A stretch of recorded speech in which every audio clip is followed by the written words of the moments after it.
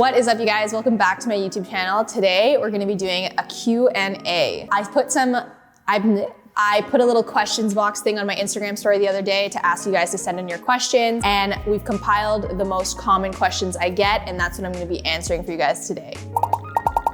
Yes, I am half Filipino, half Scottish. I get that question. That's like probably one of my most asked questions actually. Like, what are you? What's your ethnicity? Yes, I'm half Filipino, half Scottish. I get a lot of like, are you Hawaiian? Are you full Filipino? Are you full white?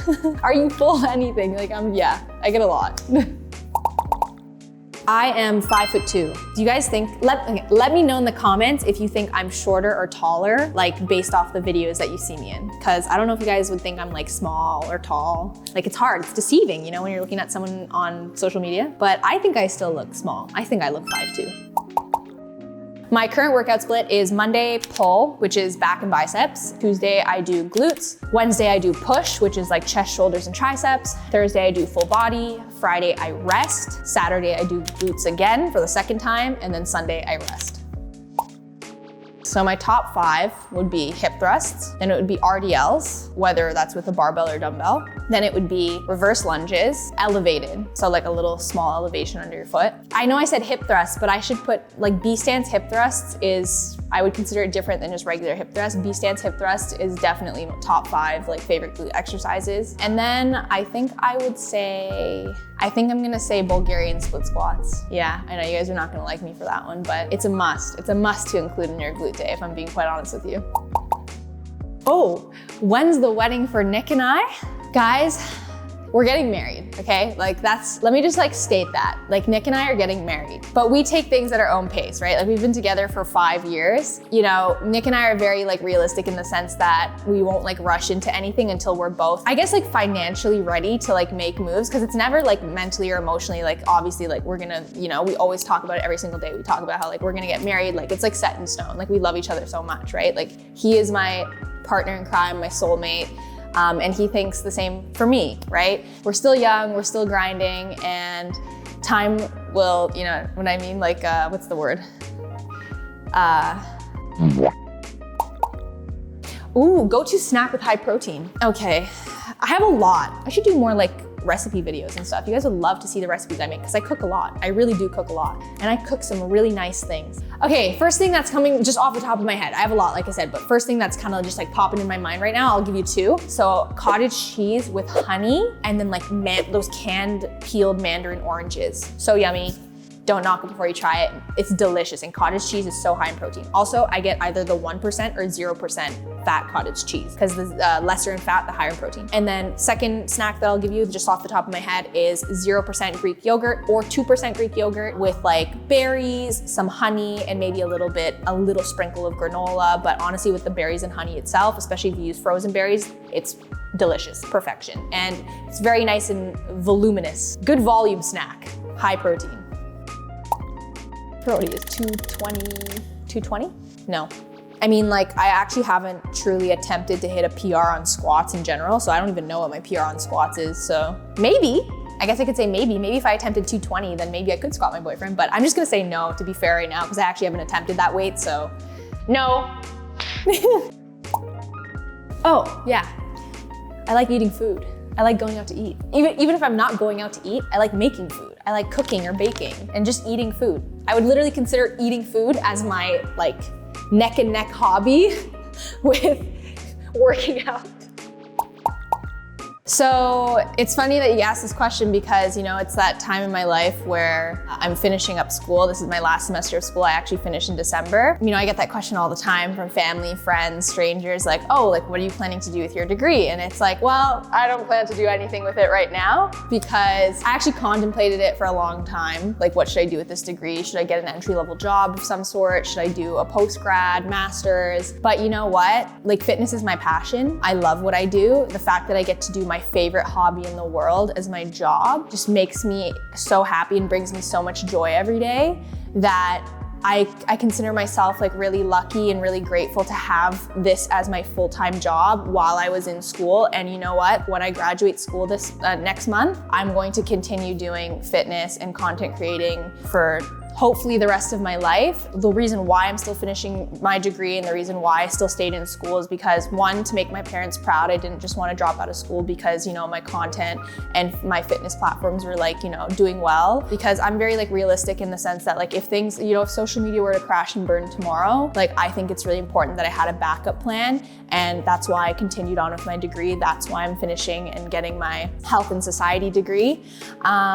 Because, you know, like I hope it never happens, knock on wood. But if it does happen, I have a degree and that'll, you know, be my little plan B as I've continued to be in fitness content creation and in the fitness industry. I just realized like, you know, I should really embrace this as my profession and continue it like moving forward even after I graduate school, because I really love it. And the fact that I get to call my hobby my job is just the best thing in the world. I would say like my go-to song in the gym, you know what? I don't really have one. I like literally love a variety of music. It's actually crazy. Like I love a variety of music, so I couldn't even give you guys a favorite song, to be honest with you.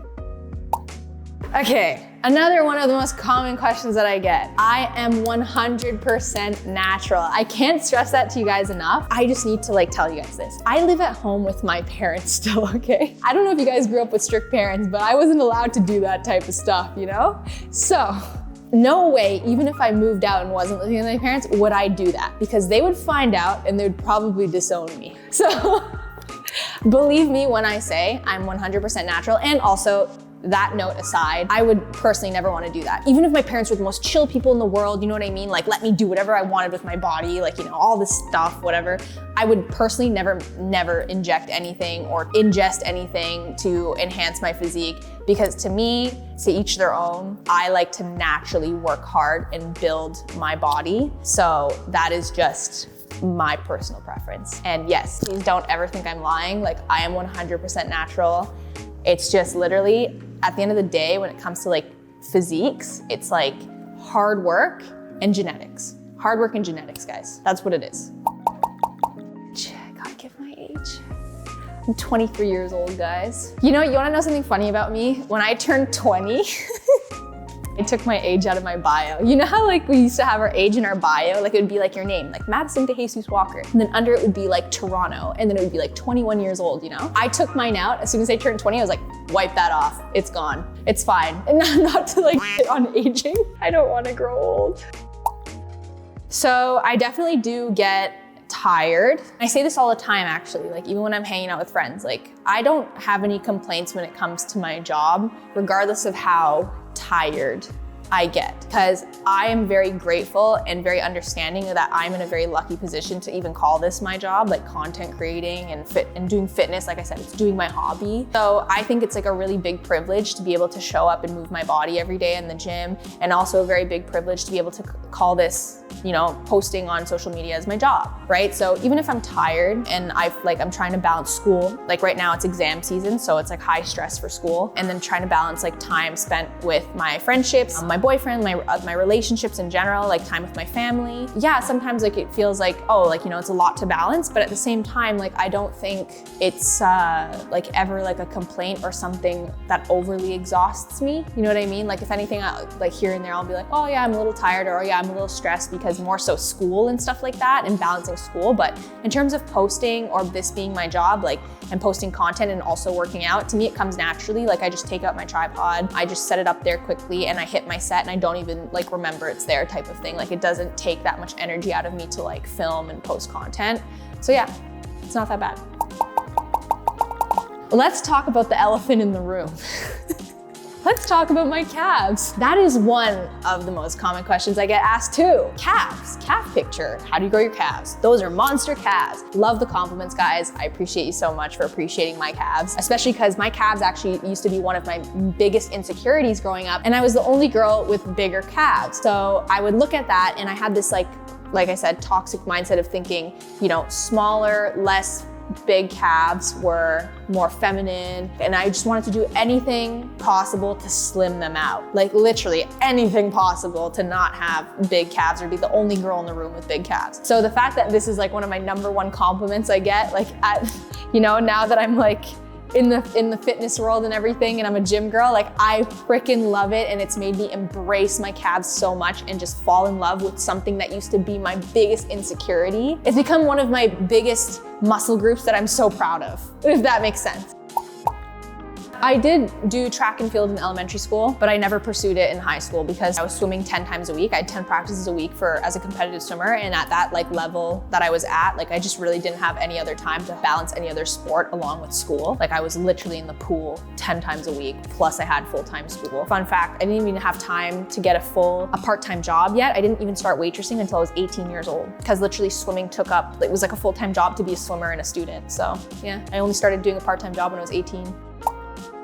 If I'm being quite honest with you guys, I don't really read negative comments. I would say my personality is very much the type of personality where I don't let that type of stuff get to me. I really don't. You'll never see me go on my Instagram story or make a whole post about oh my gosh, this person left this terrible comment about me. And I'm not saying that it's a wrong thing to do that. I'm just saying that's me personally. My personality is not like that. I really don't let it bother me. It goes over my head. I really don't care. It's really I really don't care. I just leave it. Sometimes I don't even delete it. It's just there. You can go check. I really don't care. My favorite Filipino dish. Oh my goodness. Will you guys judge me if I say crispy pata with rice and laing? Do you guys know what that is? Oh, if you're Filipino, you know. It's okay, so crispy pata is either it could be pork belly or pork shoulder, depending how you want to do it.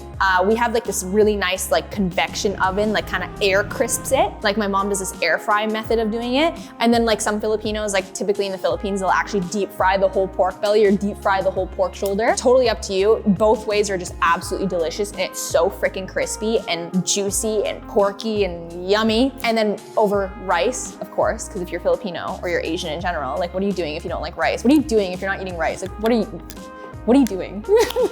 That is one of my favorite Filipino dishes. I could go on to talk about the rest of my favorite Filipino dishes, but that's what I can think of right now.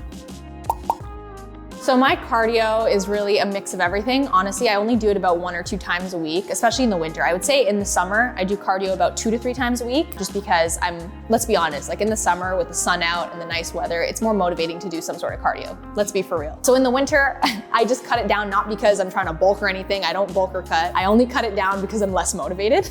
So I do cardio 1 to 2 times a week in the winter. And really what I do is a mix of whatever I'm feeling up to. So it could be a 10-minute sprint circuit, meaning 30 seconds on, 30 seconds off, and that equals out to 10 minutes if I do 10 rounds. I could do a 15, so I'll do a 12 to 15 minute HIIT circuit sometimes. Sometimes I'll also just do an incline walk, a little 7 incline, maybe medium pace speed of walking for about 15 to 20 minutes on the treadmill. Sometimes I'll do 10 to 15 minutes walking on the Stairmaster, or I'll do one of my Stairmaster circuits, which I post on my Instagram. I never do anything 30 plus minutes. It's very rare I'll do a 30 plus minute cardio section. How I like to do my cardio is doing bits and pieces throughout the week. And then if you think about it, when you do 10 minutes here, 15 minutes here, 12 minutes here, it'll equate to a nice hour at the end of the week, or 45 minutes, whatever it may be. But I'm very balanced about my cardio and I don't overdo it, that's for sure. Why don't I cut or bulk? I don't cut or bulk because I'm a huge believer in the fact that you can achieve your fitness goals and your desired physique without the need to cut or bulk, restrict certain foods, and diet pretty much. I'm a huge believer in the fact that you can intuitively eat, you can live a balanced lifestyle, and still achieve your fitness goals. That is the reason why I don't cut or bulk. Life is too short to not enjoy delicious food. Life is too short to stress about macros all the time. To each their own. I want to live a life that is balanced, that is intuitive, that is healthy, but by being healthy, to me, the definition of healthy is being able to go out and eat Korean fried chicken, right? Without sitting there thinking, oh, did I go over my calories? That's not a long-term healthy mindset to have, right? I wanna go eat whatever the heck I wanna eat, whenever the heck I wanna eat, without rambling on. I just don't cut or bulk because it makes me happy and it keeps me mentally and physically healthy and happy.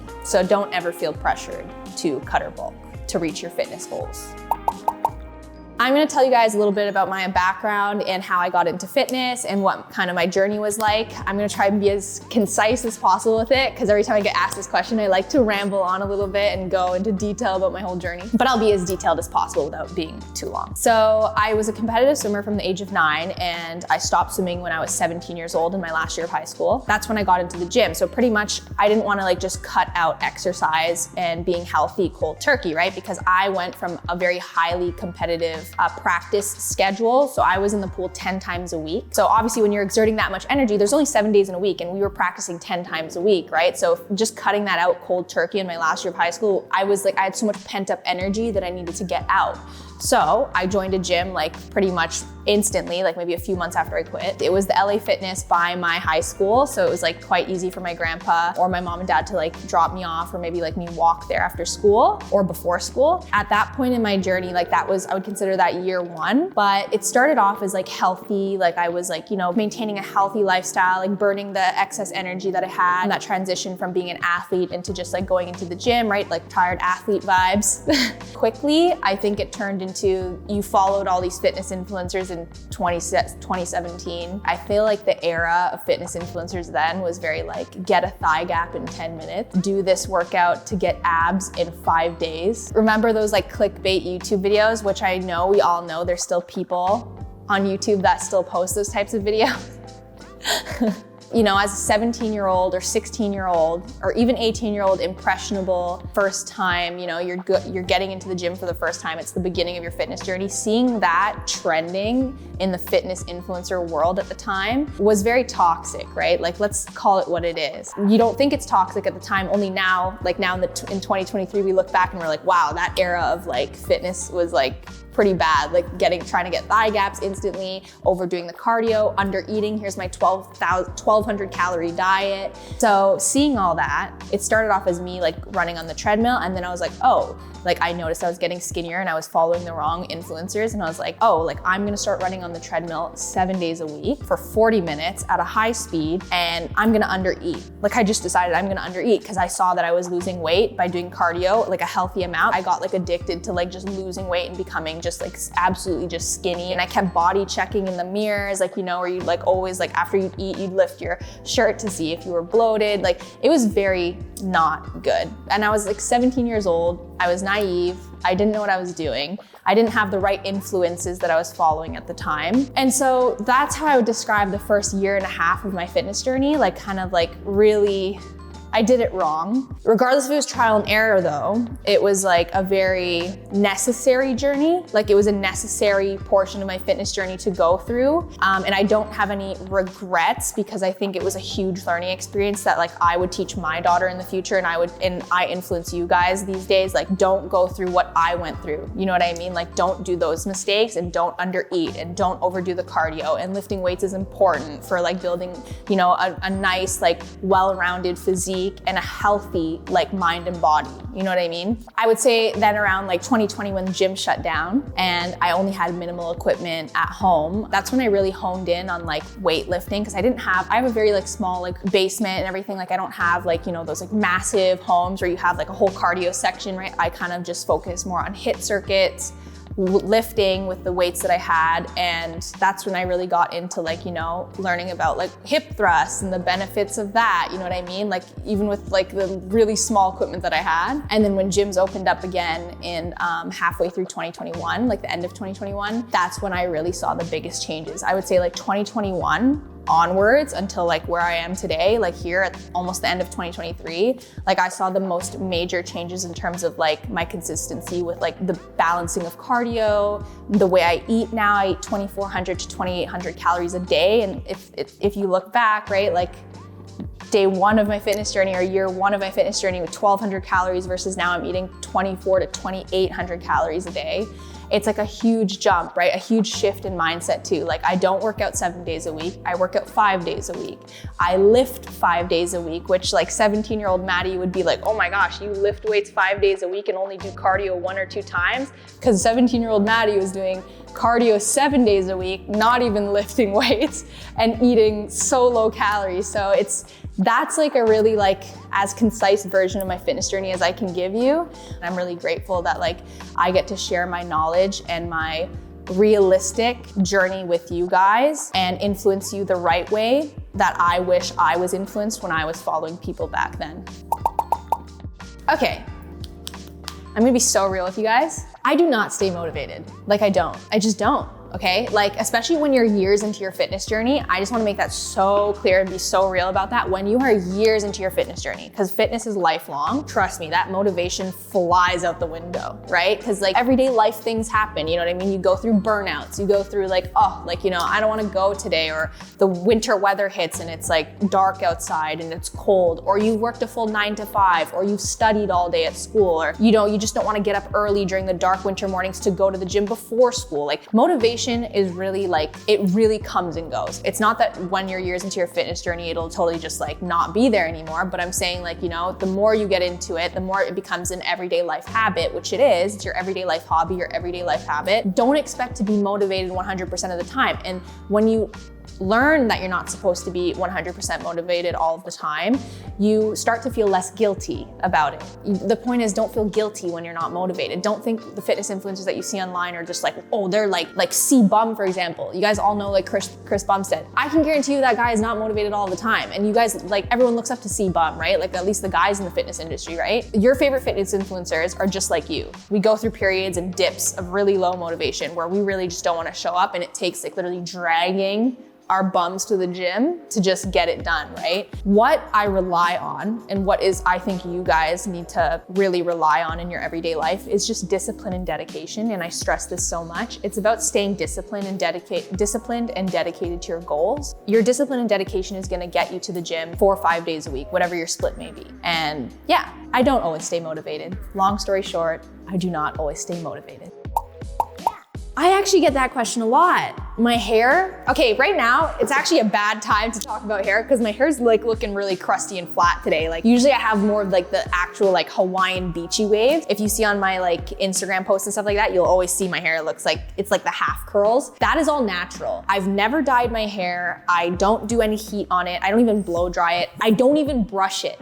Like I don't brush my hair. My hair care routine is as simple as this. I shower, I use Head and Shoulders shampoo. My conditioner is any sort of Dove or whatever is kind of discounted on Dove or I forgot what the other main brand, maybe Pantene. Pantene and Dove are the two main conditioners that I use. That's all I use. Head and Shoulders, Dove conditioner, get out of the shower, towel dry it. Like I'll like squeeze the excess off. I'll towel dry it quickly and it's not even really dry. Like it literally, my back is literally always soaking wet after I shower because I don't actually properly dry it, which is really bad. Like does anyone else's parents get mad at them for going out with wet hair because they'll get sick? That's what I do. I go out with wet hair and they're always like, you should dry your hair, like you're gonna get sick. And that's it. I never dry it, and maybe I should brush it, but honestly my hair is one of those hair types where if I brush it, it's gonna look like a frizz ball, so that's why I never brush my hair and I let it completely air dry, so yeah. I'm studying health and society at York. It's not what you guys think. Every time I say this, everyone thinks it's like, oh my gosh, like so you're doing chemistry, biophysics, like you know, like an actual health degree. No, it's health and society. It's a social science program at York University. So it looks at like health trends, health inequities. So things like if you want to relate it to like disease and stuff like that, like it would look at like what populations are more affected by disease, which populations have access to vaccines, have access to clean or poor drinking water, things like that, and what can we do to fix that for like marginalized populations, you know, create a more equitable society overall and diminish health barriers. That's really what it is. Okay, my advice if you are looking to start social media and posting, I guess this would go towards fitness content. My advice to you is don't do it for the wrong reasons. Like honestly, that is my #1 top tip advice. I have noticed an influx of people that get into this industry because they solely see that, oh my goodness, you can make money from that. You can go on brand trips. You can get brand deals. I'm gonna do that not because I love fitness and not because it's my favorite hobby in the world, but I'm gonna get into it because I just wanna get all the perks that come along with being successful on social media. Wrong. First of all, that's not kind to, you know, it's not true to yourself. It's not true to like things that you actually love to do. And it's just like the wrong mindset to have in general. Opportunities, success, partnerships, they come to you when you are genuine, when you actually love what you are doing, when you actually put like the actual true care into what you're doing and not just this superficial care where it's like superficial work to gain superficial things, right? I say it all the time, right? And I said it in this Q&A already, like in the past question, but doing fitness and posting fitness content for me is amazing because it's already my hobby. If this wasn't my job, I would be showing up at the gym 5 days a week anyways for the rest of my life.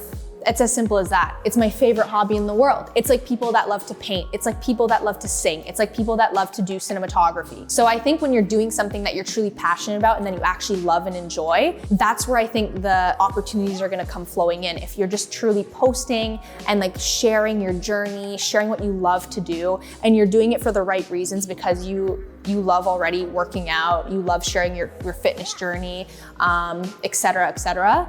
If you love to do it already and you're being genuine about it and you're letting your own personality shine through and your own love for your hobby shine through, I think that's where like the opportunities are gonna come in for you. So for me, my advice to you is not really I had any tricks to it to like gain a following or to gain the opportunities that I have now. Like there's no tricks to it. It's really just simply I was posting what I love to do and I would be doing it anyways, regardless if this wasn't my job. And I think that's why like people maybe see like the realness in that. Yeah, like I always will keep it real with you guys, 100% keep it real. And that's my advice to you. Like if you wanna start posting, you wanna do it on social media, always keep it real. Keep it true to yourself and post because you love to do it. A hot dog is not a taco. A hot dog is a sandwich, right? Like, comment down below if you think a hot dog resembles more of a taco or a sandwich. To me, it's a sandwich. Like, why would you think taco just because I guess it's like open that way? No, yeah, sandwich for me. What do you guys think? Well, that is it for today's Q&A, guys. Let me know in the comments any other questions that you may have. I will run another questions poll on my Instagram moving forward so that in the next Q&A that I do, we have more questions to answer. But leave any questions that you have below in the comments. I'll try to get back to you. And if you enjoyed this Q&A, please make sure to give it a like and subscribe to my channel if you want to see more videos like this. And I can't wait to see you guys in the next YouTube video.